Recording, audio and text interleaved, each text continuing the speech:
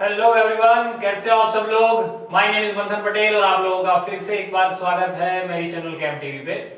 बच्चों, chemical kinetics का introduction lecture हमने पढ़ लिया। नया चैप्टर चालू कर दिया। उसके अंदर हमने इनिशियली सबसे पहले तो ये जान लिया कि केमिकल काइनेटिक्स जो है उसके अंदर हमें कौन कौन से पार्ट का स्टडी करना है, कौन कौन से ऐसे केमिकल रिएक्शन है जिस रिएक्शन के बारे में हमें जानना है। Depends on rate of reaction. सबसे पहले हमने बात की कि रेट ऑफ रिएक्शन को हमने अगले लेक्चर में डिफाइन भी किया कि हम कोई भी रिएक्शन लिखते हैं उसकी स्पीड जो होती है विद रिस्पेक्ट टू टाइम, हम कह सकते हैं कि जो उसकी क्वांटिटी में जो चेंज आता है, प्रेशर में जो चेंज आता है, कॉन्सेंट्रेशन में जो चेंज आता है, क्लियर ना, with respect to time.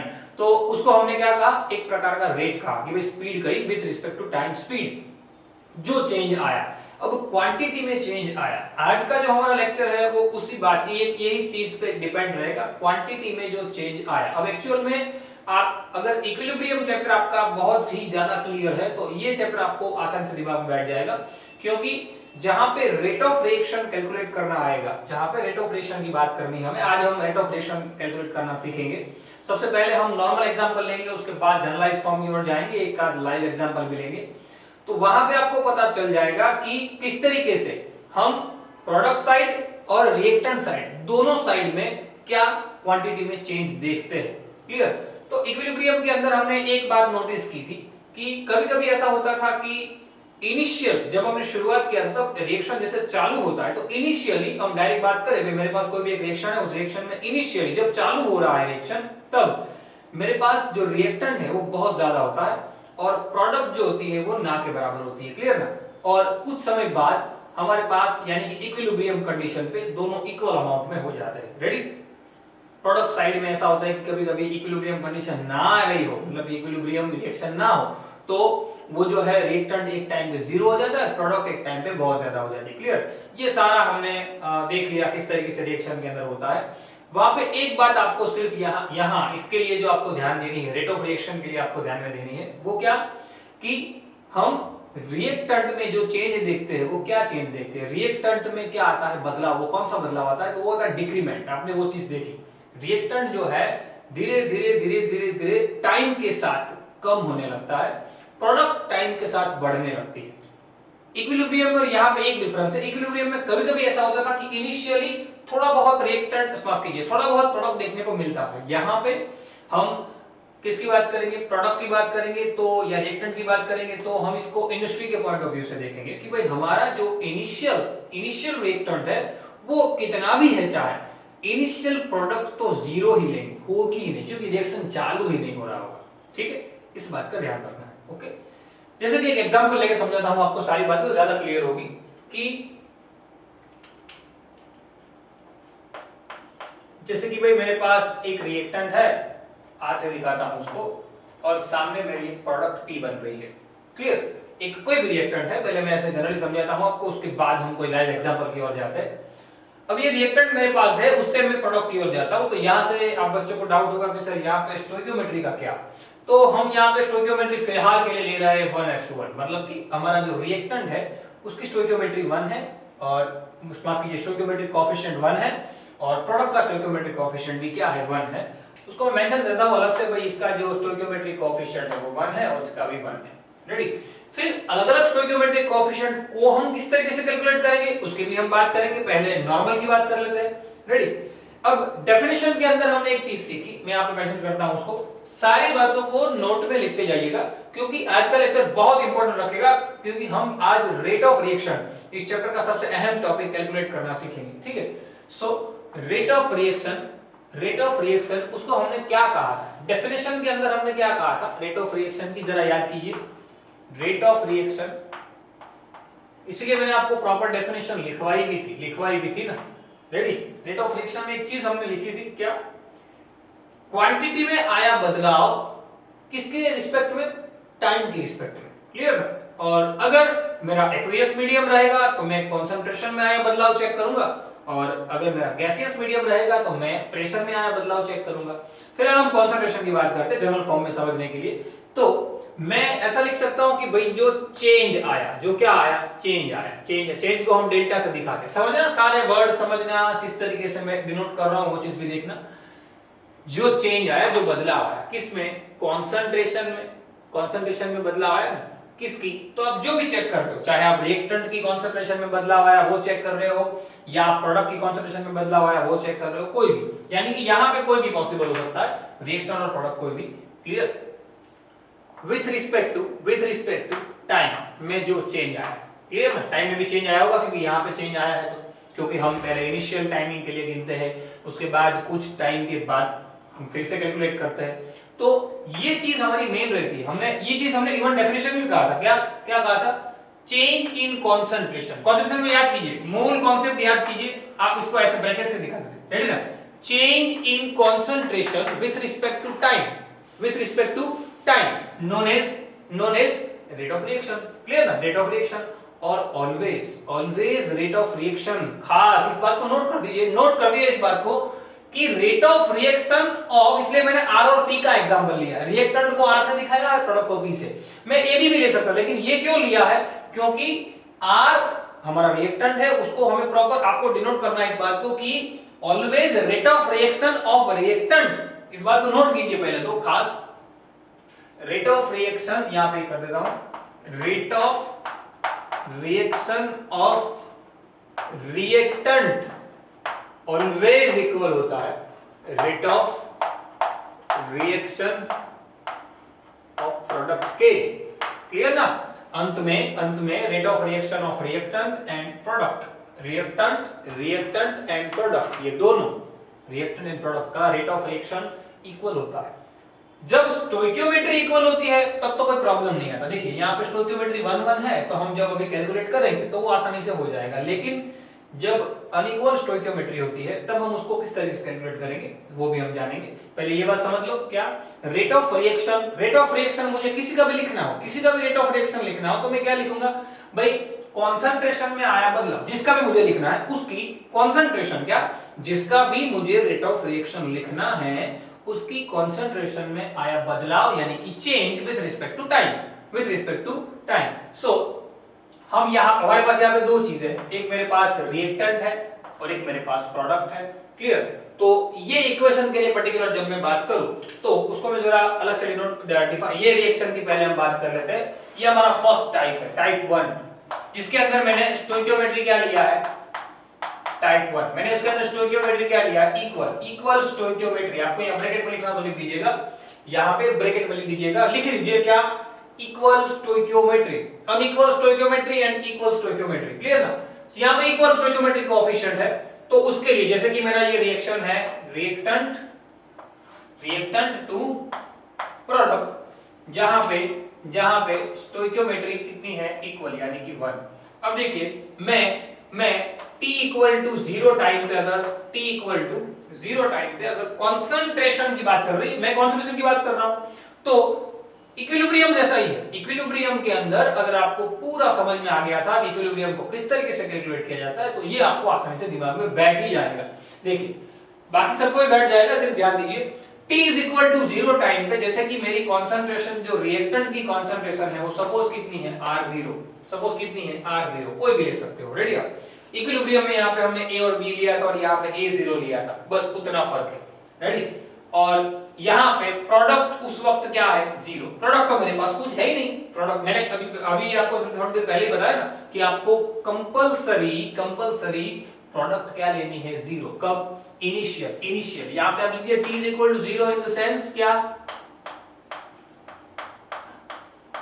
Initial point कह सकते हो आप इसको, क्या कह सकते हो? इनिशियल पॉइंट, यानी कि स्टार्टिंग पॉइंट, शुरुआत में। अभी रिएक्शन जैसे चालू ही नहीं हुआ है, शुरुआत है, बराबर। अब जैसे t is equal to 0 time पे मैंने ले लिया, वैसे ही अब मैं कोई t is equal to t time पे लेता हूं, फॉर एन एग्जांपल, कोई भी 5 मिनट बाद, 10 मिनट बाद, 15 मिनट बाद, 1 घंटे बाद, कोई भी। Clear? So t is equal to t time पे, जैसे कि भाई मेरा रिएक्टेंट का कंसंट्रेशन कितना हो गया? RT। कितना हो गया? RT। तो मेरा प्रोडक्ट का कंसंट्रेशन कितना हो जाएगा? PT। क्लियर? PT। रेडी? ये जैसे आ गया RT, तो ये कितना हो जाएगा? PT। अब मैंने एक चीज आपको इक्विलिब्रियम में और इवन सॉल्यूशन चैप्टर में भी ये चीज मैंने आपको सिखाई थी कि सपोज ये जो इनिशियल कंसंट्रेशन आपकी R0 है, वो धीरे धीरे धीरे धीरे धीरे खर्च होती जाएगी ना, यानी कम होती जाएगी। मैंने आपको शुरुआत में एक चीज बढ़ाई क्या, कि आपको ये बात दिमाग में रखनी है कि रिएक्टेंट की क्वांटिटी कम होती जाती है जैसे जैसे रिएक्शन बढ़ता जाता है, और प्रोडक्ट की क्वांटिटी बढ़ती जाती है। तो यहां पे देखिए रिएक्टेंट, जैसे कि मेरे पास R0 था, उसमें से X जितना रिएक्टेंट क्या हो गया, कम हो गया। तो T equal to T time पे जो मेरा RT है वो किसके इक्वल आएगा, यानी मैं यहाँ पे लिखूं भाई RT किसके इक्वल आएगा, तो जो मेरा R0 था उसमें से मैं इस X को निकाल दूंगा कि नहीं, क्लियर ना। RT है क्या, RT वही तो है जो मेरा रिएक्टेंट था उसमें से कुछ चला गया, जो बचा वो RT है, सही है ना। कुछ टाइम के बाद जो मेरी क्वांटिटी में डिक्रीमेंट आया, सारी बातों को ध्यान रखिएगा, जो मेरी क्वांटिटी के अंदर जो भी डिक्रीमेंट आया वही मेरा RT है, और वो PT भी वही होगा, क्योंकि जितना यहाँ पे कम हुआ है उतना ही सामने ज्यादा गया होगा, क्लियर ना, उतना ही सामने बना होगा। रेडी, ये बात हो रही है किसकी, टाइप 1 की, यानी कि इक्वल स्टोइकियोमेट्री है तब। अनइक्वल होगा ना, जब अनइक्वल, मैं आपको कराने वाला हूं सेकंड केस, लेकिन अनइक्वल का सिर्फ ओवरव्यू देता हूं कि सपोज दैट यहां पे 2 होता, समझना यहां पे 2 होता, तो आप लोग इस बात को खास समझ लो कि यहां पे 2 होता तो R इनिशियली अगर R0 होता तो खर्च जैसे यहां पे X हुआ वैसे यहां पे 2X हो जाता। अगर 3 होता तो यहां पे 3X हो जाता। ये चीज मैंने आपको एक वीडियो में सिखाई थी, क्लियर है। यहाँ पे आगे का जो स्टोइकियोमेट्रिक कोएफिशिएंट है उतनी चीजें खर्च होती है, और यहाँ पे जैसे कि 4p होता तो यहाँ बनता 4x, क्या बनता 4x, क्योंकि सीधा है 1 से 1 बन रहा है तो 2 से 3 बनेगा, 3 से 4 बनेगा, मतलब जो भी आपका प्रोडक्ट बन रहा है, मैं तो एग्जांपल दे रहा हूं, क्लियर। सो कहने का मतलब जो स्टोइकियोमेट्रिक कोएफिशिएंट रिएक्टेंट का है वो स्टोइकियोमेट्रिक कोएफिशिएंट प्रोडक्ट का होना चाहिए। रेडी, तो यहाँ पे 2 है और यहाँ पे 3 है, तो 1 से 1 बना तो 2 से 3 बना होगा, जैसे यहाँ पे 10 होती तो 2 से 10 बना होता। रेडी, वैसे सो R0 माइनस RX वही क्या होगा मेरा RT। और यहाँ पे एक चीज मैंने आपको तब भी याद रखवाई थी कि ये जो मेरा RT है, RT वो R0 के कंपैरिजन में ऑलवेज क्या रहेगा, कम रहेगा। RT always less than R0, क्योंकि R0 तो मेरा इनिशियल था, सबसे बड़ा बात था, फिर कम होके RT आया, मतलब कि RT छोटा होगा as compare to R0। Ready, और ये PT जितना मेरा X यहाँ पे खर्च हुआ उतना ही मेरा सामने PT हो गया। चलिए ये बात समझ में आ गई। यही बात, इस बात के ऊपर सब कुछ टिका हुआ है, ध्यान रखिएगा, इसी चीज के ऊपर सब कुछ टिका है। मैंने एक चीज बताई सिर्फ आपको, क्या कि भाई इनिशियल पॉइंट पे और कोई t is equal to t point पे, कोई इनिशियल पॉइंट पे and t is equal to t point पे मेरी कंसंट्रेशन, सपोज यहां पे, ये आपको एक्चुअली में क्वेश्चन में दिया होता है, मैं हम जनरलाइज फॉर्म में लिख रहे हैं इसलिए हम इसका एग्जांपल भी करेंगे, न्यूमेरिकल करेंगे, तब आपको और ज्यादा क्लियर हो जाएगा। जब मेरी कंसंट्रेशन R0 है तब मेरी प्रोडक्ट की कंसंट्रेशन तो कुछ है ही नहीं। जब मेरी कंसंट्रेशन RT हुई मतलब कि R0 में से कुछ चला गया, मतलब कुछ को मैंने X कह दिया, तो जो चला गया वो कहां गया होगा भाई, प्रोडक्ट बनी उसकी, जो चला गया उसकी तो प्रोडक्ट बनी, तो प्रोडक्ट आ गई साइड में, सही है। ओके, सो ये हो गया X, ये तो आपको बताइए। अब मुझे लिखना हो रेट ऑफ रिएक्शन, मुझे क्या लिखना हो, रेट ऑफ रिएक्शन। तो रेट ऑफ रिएक्शन के लिए मैंने आपको क्या बताया कि भाई आपका रेट ऑफ रिएक्शन सबसे पहले तो आपको इंडिविजुअल लिखना पड़ता है। इंडिविजुअल इन द सेंस आपको पहले लिखना पड़ता है रिएक्टेंट का, फिर लिखना पड़ता है प्रोडक्ट का, क्लियर। और अगर वो दोनों इक्वल है देन कोई प्रॉब्लम नहीं है, पर अगर इक्वल नहीं है तो इक्वल करना पड़ता है। तो इक्वल क्या करना पड़ता है, इक्वल हमें उसको लाना पड़ता है। तो हम क्या करते हैं, पहले इसका अलग अलग, यानी कि हम पहले रिएक्टेंट का और फिर उसके बाद प्रोडक्ट का रेट ऑफ रिएक्शन ढूंढते हैं। तो यहाँ पे चलिए मैं आपको रेट ऑफ रिएक्शन कैलकुलेट करना सिखा देता हूं। Rate of reaction, rate of reaction ROR से हम हर वक्त इंडिकेट करेंगे, खास ध्यान रखिएगा, हर वक्त हम ROR से इंडिकेट करेंगे। रेट ऑफ रिएक्शन ऑफ सबसे पहले रिएक्टेंट की बात करते हैं, reactant, rate of reaction of reactant. तो मैं क्या लिखूंगा, डेल मतलब कि जो बदलाव आया किसमें, कॉन्सेंट्रेशन में, किसकी, रिएक्टेंट की, सही है ना, रिएक्टेंट की कॉन्सेंट्रेशन में बदलाव आया कि नहीं आया, with respect to time. Okay, actual में यहां पे डेल टी क्यों लिखा है, क्योंकि इनिशियल तो वैसे भी 0 है, डेल टी मतलब कि t माइनस 0 करेंगे तो आंसर t आएगा, यहां पे t आएगा, लेकिन हमें चेंज लिखना है। चेंज लिखने के लिए हमें ऊपर और नीचे दोनों साइड डेल लिखना पड़ता है, चेंज की साइन लगानी पड़ती है। Okay ready. अब देखिए rate of reaction of reactant. अब एक और बात स्पेशली ये खास ध्यान रखिएगा, इसलिए मैं इसको बॉक्स में बंद करता हूं।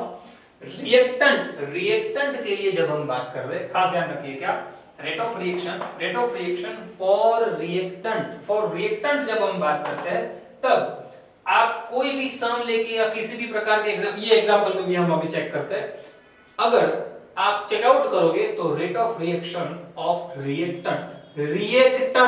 रिएक्टेंट के लिए वो ऑलवेज नेगेटिव रहेगा, नेगेटिव ही रहेगा। क्यों नेगेटिव? क्योंकि वो भाई तो बेचारा कम होता जा रहा है, मतलब उसका आंसर ऑलवेज नेगेटिव ही आएगा, यानी कि ये जो है वो क्या आएगा, नेगेटिव ही आएगा। पर आपने कभी सुना कि स्पीड नेगेटिव होती है? नहीं होती ना। हम गाड़ी लेके जा रहे हैं और मेरी स्पीड -80 किलोमीटर पर आवर है, नहीं हो सकती, पॉसिबल ही नहीं। क्यों? हम कभी जो स्पीड है, लेंथ है, ऐसी क्वांटिटी है जिसको हम नेगेटिव दिखाई नहीं सकते। हम ब्रेक लगा दे तो गाड़ी रुक जाती है, उल्टी थोड़ी चलने लगती है, सही है ना। सो ये नेगेटिव कभी हो नहीं सकता, क्योंकि हम रेट लिख रहे हैं, रेट इन द सेंस हम स्पीड लिख रहे हैं, तो हमें इस नेगेटिव को पॉजिटिव बनाना पड़ता है। रेडी। यहाँ पे देखिए हमारा जो डेफिनेशन वो क्या है कि भाई change of concentration of reactant with respect to time. अब उसकी वैल्यू रख के देखिए, आपको खुद पता चल जाएगा। देखिए वैल्यू रखते हैं डेल आर में आया हुआ चेंज, यानी कि रिएक्टेंट में आया हुआ चेंज, यानी RT माइनस R0, पहले जो था R0, आखिरी जो था RT, यानी हम फाइनल माइनस इनिशियल करते RT minus R0 divide by T minus 0, सही है ना। T is equal to T time पे, T is equal to T time पे और T is equal to 0 time पे। अब उसकी वैल्यू भी रख देते हैं RT माइनस R0। RT क्या है भाई? RT मेरे पास है R0 माइनस x, माइनस मेरे पास R0 है, divide by T minus 0t, cut होके मेरा आंसर आ गया minus of x by t। Minus of x by T, rate of reaction आया x by T, rate of reaction क्या आया x बाय टी, माफ कीजिए माइनस x बाय टी। पर मैंने अभी कहा रेट तो स्पीड दिखाता, स्पीड कभी नेगेटिव होती है? नहीं होती। इसीलिए मुझे क्या करना पड़ता है, यहाँ पे आगे एक माइनस की साइन लगानी पड़ती है। क्या करनी पड़ती है? आगे मुझे माइनस की साइन लगानी पड़ती है। इसीलिए ये जो कैलकुलेशन होती है उस कैलकुलेशन के अंदर मैं क्या करता हूं, यहाँ माइनस की साइन लगाता हूं, इसलिए माइनस माइनस क्या हो जाता है, प्लस। इसीलिए मेरा जो रेट ऑफ रिएक्शन रहता है वो रहता है x बाई टी। क्या रहता है? x बाई टी, ना कि minus x by T. Calculation करते वक्त ये पता चला कि किसी भी प्रकार के रिएक्टेंट के रेट ऑफ रिएक्शन की जब हम बात करते हैं, क्या रिएक्टेंट के लिए जब हम रेट ऑफ रिएक्शन की बात करते हैं तब वो ऑलवेज माइनस आता है, लेकिन माइनस रेट कभी माइनस नहीं होती, स्पीड कभी नेगेटिव नहीं होता। इसीलिए हम पहले से ही क्या कर देते हैं, उसको माइनस लिख देते हैं। यानी कि एक फॉर्मूला दिमाग में बिठा लीजिए कि रिएक्टेंट के लिए जब आप लिखते हो del R by del T, क्या del R by del T जब आप लिख रहे हो तब आगे ऑलवेज नेगेटिव की साइन आएगी ही, ये लिखना ही है, ये रहेगा ही, minus del R by del T रहेगा। ठीक है, इस बात को ध्यान रखना है। तो चलिए कैलकुलेट करना आ गया, फिर से एक बार आपको सिर्फ दिखा देता हूं। रेट ऑफ रिएक्शन मतलब रिएक्टेंट का मतलब डेफिनेशन वाइज ही जाना है, डेफिनेशन के बेसिस पे ही चलना है। क्या चेंज इन कंसंट्रेशन, जो ब्रैकेट क्या दिखाता है, molar concentration, clear. So change in concentration of reactant with respect to time, reactant की कंसंट्रेशन में आया बदलाव, वही फाइनल माइनस इनिशियल। बहुत इजी है, जिस स्टेप से मैं सिखा रहा हूं वही स्टेप से समझिए, पूरा चैप्टर दिमाग में उतार दूंगा मैं, पर उसके लिए आपका डेडिकेशन जरूरी है, सारी बातों को लिख के कीजिएगा। चलिए रेडी। अब ये तो हो गया भाई रिएक्टेंट का। अब हम बात करते हैं सेम हम बात करते हैं, नीचे लिख रहा हूं same, rate of reaction of product की बात करते हैं, प्रोडक्ट। अब प्रोडक्ट के लिए भी मैं यहाँ पे इसको बॉक्स में बंद कर रहा हूं। एक्चुअल में प्रोडक्ट की जब बात आती है तो मैंने प्रोडक्ट के लिए आपको क्या कहा, quantity of reactant is decrease with respect to time. जैसे टाइम आगे बढ़ता जाएगा वैसे वैसे रिएक्टेंट की क्वांटिटी कम होती जाएगी, पर प्रोडक्ट की क्वांटिटी तो बढ़ती जाएगी ना, प्रोडक्ट की जो क्वांटिटी वो तो बढ़ेगी।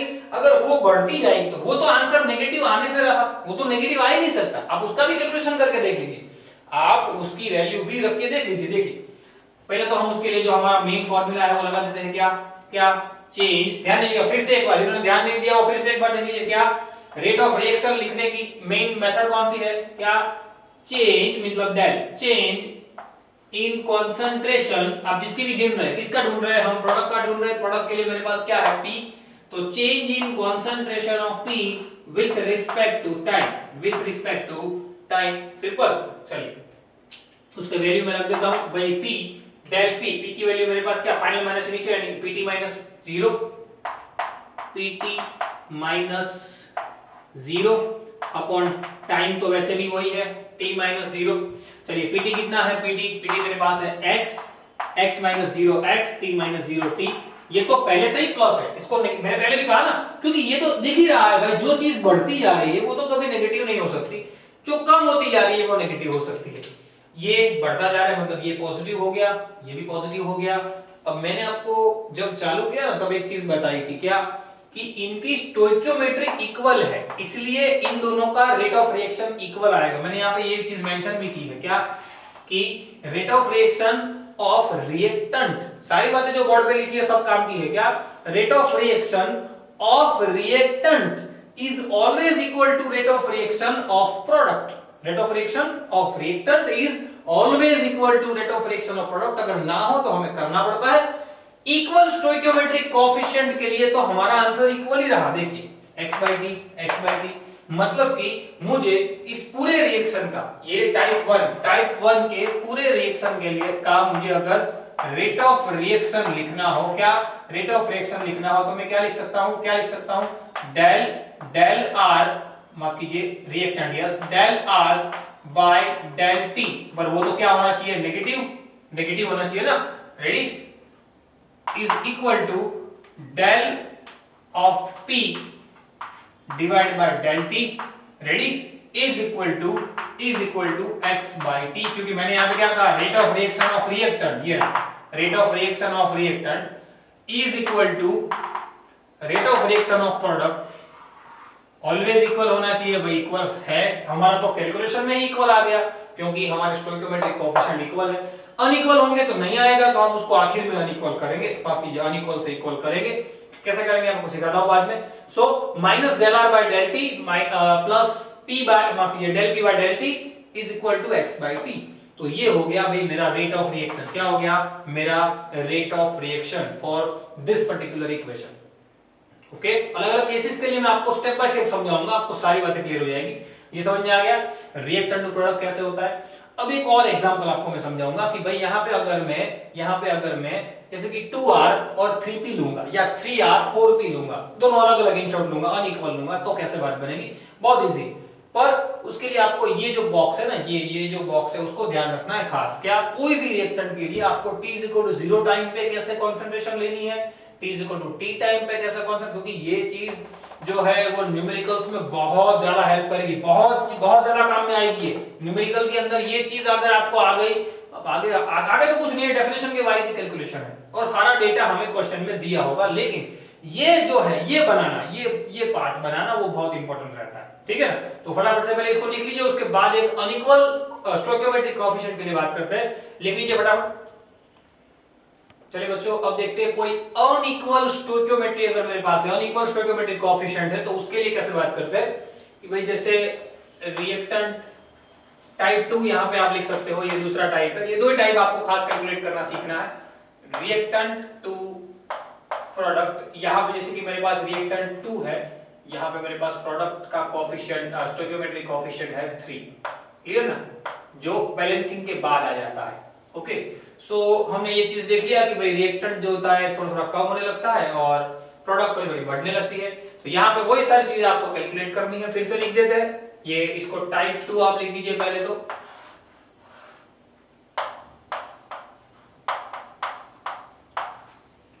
यहाँ पे लिख सकते हैं ब्रैकेट के अंदर लिख दीजिएगा क्या, unequal stoichiometric coefficient. So suppose t is equal to 0 time, यानी कि यहाँ पे अब मैं लिख नहीं रहा हूं इनिशियल, क्लियर ना, initial t is equal to 0 time पे, जैसे कि भाई मेरी कंसंट्रेशन r0 है, रेडी ना, तब मेरी प्रोडक्ट की कंसंट्रेशन तो कुछ होगी ही नहीं। Then after t is equal to t time पे, समझना बच्चों, बहुत ध्यान दीजिएगा। अब आपको हालांकि थोड़ा सा समझ में आने लगा होगा, t is equal to T time पे, जैसे कि भाई मेरी कॉन्सेंट्रेशन हो गई है RT और यहाँ पे मेरा हो गया है भाई PT। क्लियर? तो R0 में से कुछ चला गया, कुछ को मैंने x कहा था तो क्या चला गया भाई RT मेरा एक्चुअल में क्या हुआ, RT मेरा हुआ भाई R0 माइनस x। रेडी ना? पर यहाँ पे x नहीं है, यहाँ पे कॉन्सेंट्रेशन साथ में एक नहीं है, एक से ज्यादा है, मतलब कि स्टोइकियोमेट्रिक कोएफिशिएंट जितना होता है उतनी ही कॉन्सेंट्रेशन चली जाती है। इस बात को याद कर लो। क्या आप इजी बनाने के लिए आप x से भी कर सकते हो, x से करोगे तो एक स्टेप और बढ़ेगा। डायरेक्ट याद रख लो क्या कि यहाँ पे जो स्टोइकियोमेट्रिक कोएफिशिएंट होता है वही नंबर यहाँ पे x के साथ मल्टीपल कर दो, क्योंकि ये दो बार आएगा तो r0 माइनस x वैसे भी माइनस 2x होने वाला है। क्लियर? तो डायरेक्ट याद कर लो क्या 2x। रेडी? क्या RT क्या होगा मेरा, जो मेरा R0 इनिशियल था और वो इनिशियल R0 में से जो मेरी कॉन्सेंट्रेशन थी उसमें से 2x चला गया। अब जहां पे जैसे 1 1 था तो मैं 1 से 1 बनाया तो 2 से 2 बना, तो यहाँ पे R0 में से 2x चला गया तो सामने PT कितना बचेगा, जो मेरा 2x, यहाँ पे 2x चला गया तो सामने बना कितना है 2x से 3x। बस यहाँ पे दिक्कत कर देते हैं स्टूडेंट, बहुत दिक्कत करते हैं यहाँ पे क्या कि ये जो है यहाँ पे 2x गया मतलब सामने 2x ऐड कर देंगे, नहीं, अनइक्वल 2x गया 2x ऐड कर दो सही है, पर जब इक्वल स्टोइकियोमेट्री है तब, यहाँ पे 2 दिया है तब, जब यहाँ पे 2 और यहाँ पे 3 दिया है, अनइक्वल स्टोइकियोमेट्रिक कोएफिशिएंट है। मैंने ये कोई भी एग्जांपल लिया, इसके बाद हम एक एग्जांपल और लेंगे क्या, जब कोई भी अनइक्वल क्या अनइक्वल स्टोइकियोमेट्रिक कोएफिशिएंट की जब हम बात करेंगे तब आपको क्या करना है, जो चीज रिएक्टेंट साइड थी उसने ही तो प्रोडक्ट बनाई है, मतलब कि 2 से 3 बना है, 2 रिएक्टेंट जो था वो 2 जितना था तो उससे 3 जितना प्रोडक्ट बना है, तो प्रोडक्ट जो बना वो यहाँ पे आएगा, चला गया वो यहाँ पे आएगा, सीधी बात। क्लियर? सो PT हो जाएगा मेरा 3x। ओके, चलिए अब ये बॉक्स तो चलो यहाँ पे क्लियर हो गया। यहाँ पे एक चीज हमारे पास रेडी हो गई कि यहाँ पे एक और चीज लिख दीजिएगा खास, RT जो होता है वो ऑलवेज क्या रहता है, R0 से कम रहता है, क्योंकि R0 तो मेरा इनिशियल कॉन्सेंट्रेशन है।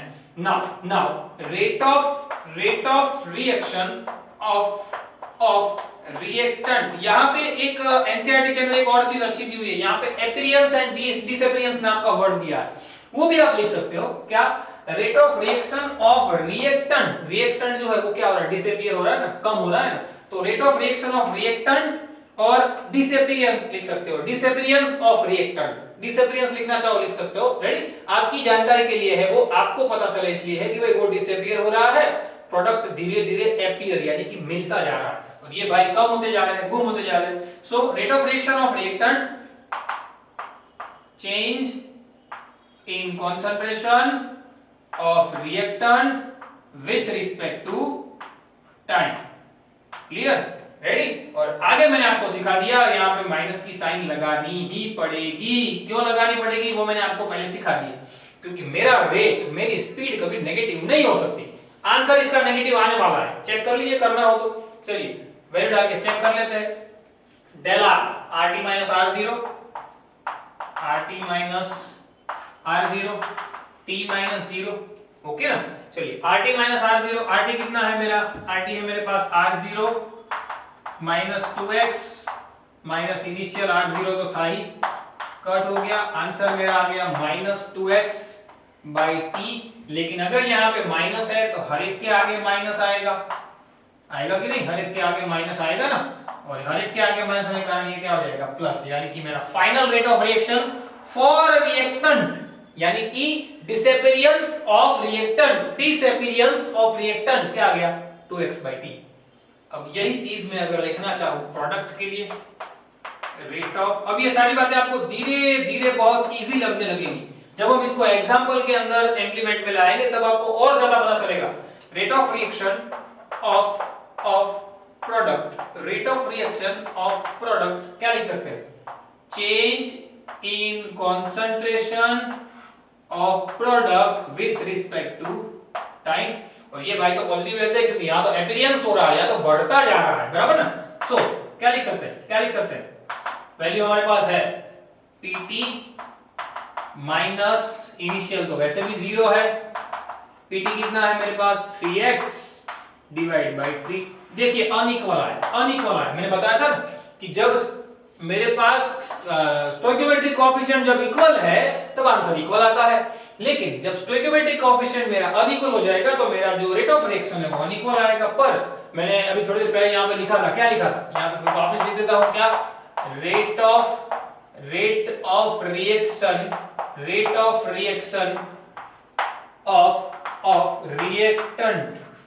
of reactant is always equal to rate of reaction of product। Clear ना, rate of reaction of reactant is always equal to rate of reaction of product। Okay, so यहाँ पे मेरे पास क्या है भाई 2x by t, यहाँ पे मेरे पास क्या है 3x by t। तो सिंपल सा मैथमेटिकल फॉर्म है भाई, मेरे पास एक साइड 2x by t है, यहाँ पे मेरे पास 3x by t है। तो मैं इसको इक्वल करने के लिए दो चीज कर सकता हूं, क्या भाई, यहाँ पे मुझे 1/2 से मल्टीपल करना पड़ेगा, यहाँ पे मुझे 1/3 से मल्टीपल करना पड़ेगा, ये तो 3 जो है अपने आप कट हो जाएगा और मेरे पास मेरा रेट ऑफ रिएक्शन क्या आ जाएगा, इक्वल आ जाएगा। रेडी ना, क्या आ जाएगा, इक्वल आ जाएगा। मतलब कि ये जो है 2x by t वो क्या था मेरा, रिएक्टेंट का रेट ऑफ रिएक्शन कितना था मेरा, minus del r by del t is equal to rate of product होनी चाहिए ना, रेट ऑफ प्रोडक्ट कितनी है, del p by del t कितना है, ये कितना है, minus del r by del t कितना है, मतलब कि वो ये तो हमारा फॉर्मूला है, वो कितना आया है 2x by t, ये कितना है 3x by t। यानी मुझे करना क्या पड़ेगा, दोनों को इक्वल करने के लिए मुझे क्या करना पड़ेगा भाई, इसको मुझे किससे मल्टीपल करना पड़ेगा, 1/3 से, माफ कीजिए 1/2 से, और इसको किससे मल्टीपल करना पड़ेगा 1/3 से। रेडी। अब यहाँ पे एक चीज नोट की आपने कि भाई जो नंबर से इक्वल करने के लिए जो नंबर से डिवाइड करना पड़ता है वो नंबर ही तो मेरा स्टोइकियोमेट्रिक कोएफिशिएंट है। यहाँ पे देखिए स्टोइकियोमेट्रिक कोएफिशिएंट कितना है रिएक्टेंट का 2, तो किससे डिवाइड करना पड़ा 2 से। यहाँ पे स्टोइकियोमेट्रिक कोएफिशिएंट कितना है 3, तो यहाँ पे किससे डिवाइड करना पड़ा 3 से। यानी कि आपको कोई एक एग्जांपल दिया, जैसे कि भाई मुझे वाटर बनाने के लिए बनाया गया H2 plus O2 gives H2O, balance करने के लिए भाई मैं उसको ऐसे लिखता हूं 2H2 plus O2 gives H2O। एक रिएक्शन आपको ऐसा दिया गया, रेडी, एक रिएक्शन। चलो ये लाइव एग्जांपल है, उससे पहले एक नॉर्मल एग्जांपल, जैसे कि भाई AA plus BB gives CC, एक ऐसा मेरे पास रिएक्टेंट है। इसके लिए मुझे अगर स्टोइकियोमेट्रिक कोएफिशिएंट लिखना हो तो मैं कैसे लिखता कि भाई ये जो है del A by del T जो कि नेगेटिव है, सेम इक्वल होना चाहिए del B by del T, negative है, और सामने C पॉजिटिव होना चाहिए del C by del T। Clear ना, ऐसा लिखता। पर ये तीनों के लिए अलग अलग है ना स्टोइकियोमेट्रिक कोएफिशिएंट, एक में A है, एक में B है, एक में C है। तो मैं इसको कैलकुलेट करता तब मुझे ऐसी ये सारे कैलकुलेशन करके मुझे यहां तक मैं पहुंचता। तो मैं इक्वल करने के लिए जैसे कि मैंने यहां से 2 से डिवाइड किया, 3 से किया, तो मैं इनडायरेक्टली किससे डिवाइड कर रहा हूं, जो मेरा स्टोइकियोमेट्रिक कोएफिशिएंट है। तो मैं यहां पे किससे डिवाइड करूंगा, डिवाइड यानी कि मल्टीप्लाई किससे करूंगा, मल्टीप्लाई यहां पे जैसे कि स्टोइकियोमेट्रिक कोएफिशिएंट A है तो 1/A, यहाँ पे स्टोइकियोमेट्रिक कोएफिशिएंट B है तो 1/B, यहाँ पे 1/C। तो वैसे तीनों तीन क्या हो जाएंगे, इक्वल आ जाएंगे, इक्वल आ जाएंगे ना तीनों तीन, क्योंकि उससे मैंने उसको क्या कर दिया डिवाइड। तो आप एक चीज समझो कि आपको कोई भी एग्जांपल दिया हो, वो एग्जांपल के अंदर आपको प्रोडक्ट, माफ कीजिए रिएक्टेंट साइड या तो प्रोडक्ट साइड, तीनों तीन का स्टोइकियोमेट्रिक कोएफिशिएंट उसको इक्वल लाना हो, माफ कीजिए रेट ऑफ रिएक्शन को इक्वल लाना हो, तो आप किससे डिवाइड करोगे, स्टोइकियोमेट्रिक कोएफिशिएंट से। बस यहां पे मुझे आपको लेके आना था, इसलिए सारी हमने यहाँ पे जितना भी एग्जांपल किया वो उसी बात के लिए किया। क्या स्टोइकियोमेट्रिक कोएफिशिएंट जो होते हैं, जो कि अलग अलग बैलेंसिंग के बाद आते हैं, उससे हमें क्या करना पड़ता है, हमारे रेट ऑफ रिएक्शन को इक्वल लाने के लिए डिवाइड करना पड़ता है। तो यहाँ पे मैंने 2 से डिवाइड किया तो ये डिवाइड बाय 2, ये डिवाइड बाय 3, कट होके मेरे पास आ गया x by t। तो मेरा रेट ऑफ रिएक्शन तो x by t ही आया, पर इक्वल आया। कब इक्वल आया, अनइक्वल था, अनइक्वल से इक्वल हुआ कब, जब मैंने उससे उसके जो स्टोइकियोमेट्रिक कोएफिशिएंट थे उसी से मैंने क्या किया, उसको डिवाइड किया। अब आपको एक चीज मैं आपको होमवर्क में दे रहा हूं, आप लोग मुझे वो चीज करके दिखाइएगा, वो क्या है। ये ही रिएक्शन दे रहा हूं, 2H2 plus O2 gives 2H2O। ये मेरे पास एक रिएक्टेंट है, माफ कीजिए, एक रिएक्शन है। ये रिएक्शन के लिए मैं आपको हिंट तो दे ही रहा हूं, हिंट दे रहा हूं कि आप रेट ऑफ रिएक्शन जब लिखोगे रिएक्टेंट का तो दो बार रिएक्टेंट आएंगे, 2H2 और O2, क्योंकि दोनों रिएक्टेंट है, दोनों के लिए गिनोगे। वैसे रेट ऑफ रिएक्शन प्रोडक्ट का भी आएगा तो वाटर का आएगा, लेकिन यहाँ पे देखिए, यहाँ पे स्टोइकियोमेट्रिक कोएफिशिएंट 2 है, यहाँ पे स्टोइकियोमेट्रिक कोएफिशिएंट 1 है, यहाँ पे स्टोइकियोमेट्रिक कोएफिशिएंट 2 है, यानी कि अनइक्वल है। तो अनइक्वल को इक्वल करना पड़ेगा, और इक्वल करने के लिए आप क्या करोगे, बस वो चीज मुझे आप लोग लिख के बताओगे, कमेंट सेक्शन में बताना आपने किससे डिवाइड किया। यहां से जो होनहार बच्चे हैं उनको इस रिएक्शन से ही पता चल जाता है कि भाई मुझे जब रेट ऑफ रिएक्शन कैलकुलेट करना है मुझे, तो उसके लिए मैं कैसे उसको कैलकुलेट करूंगा। क्लियर? हालांकि मैंने यहाँ पे कॉन्सेंट्रेशन नहीं बताई है, आपको कॉन्सेंट्रेशन मुझे बतानी चाहिए, लेकिन मैं आपको सिर्फ नॉर्मल बात सिखा रहा हूं कि concentration of H2O2 and water मैंने आपको नहीं बताई है। आप कोई भी मान के इसको गिनिएगा कि भाई जैसे कि H2 है, O2 है और वाटर है, तो कुछ H2 और कुछ O2 मिलके कुछ वाटर मिला, बराबर ना गिनना, उनको वही फॉर्म में रखिए, लेकिन आपने उसको डिवाइड किससे किया वो डायरेक्ट आप मुझे कमेंट सेक्शन में लिख के बताइए। जैसे मैंने यहाँ पे 2 से डिवाइड किया, रिएक्टेंट को यहाँ पे 3 से किया, वैसे इसको आप किससे डिवाइड करोगे। ठीक है, तो आज हमने ये अलग अलग टाइप के रेट ऑफ रिएक्शन, उसके अंदर जो चेंजेस आते हैं, जो बदलाव आते हैं, वो देखे कि रेट ऑफ रिएक्शन कैलकुलेट कैसे किया जाता है। अगर सबको ये टॉपिक क्लियर हो गया है तो खास लिखिए कमेंट सेक्शन में कि सर ये जो है टॉपिक मेरा बहुत अच्छी तरीके से हो गया है। नहीं हुआ है तो भी लिखिए, तो मुझे पता चले कि मेरे अगले लेक्चर के अंदर मुझे आपको ये चीज और ज्यादा क्लियर करवानी है, क्योंकि इसी के बेसिस पे आगे ग्राफिकल चीजें भी मुझे पढ़ानी है आपको। ठीक है, तो खास रेट ऑफ रिएक्शन अगर अच्छी तरीके से हो गया है तो लिखिएगा जरूर कि मेरा ये टॉपिक क्लियर हो गया है। ठीक है, और अगले लेक्चर के अंदर हम इससे भी आगे जाएंगे, कुछ नए टॉपिक से इसके वो सीखेंगे। ठीक है, मिलते हैं अगले लेक्चर के अंदर। Till then, thanks a lot.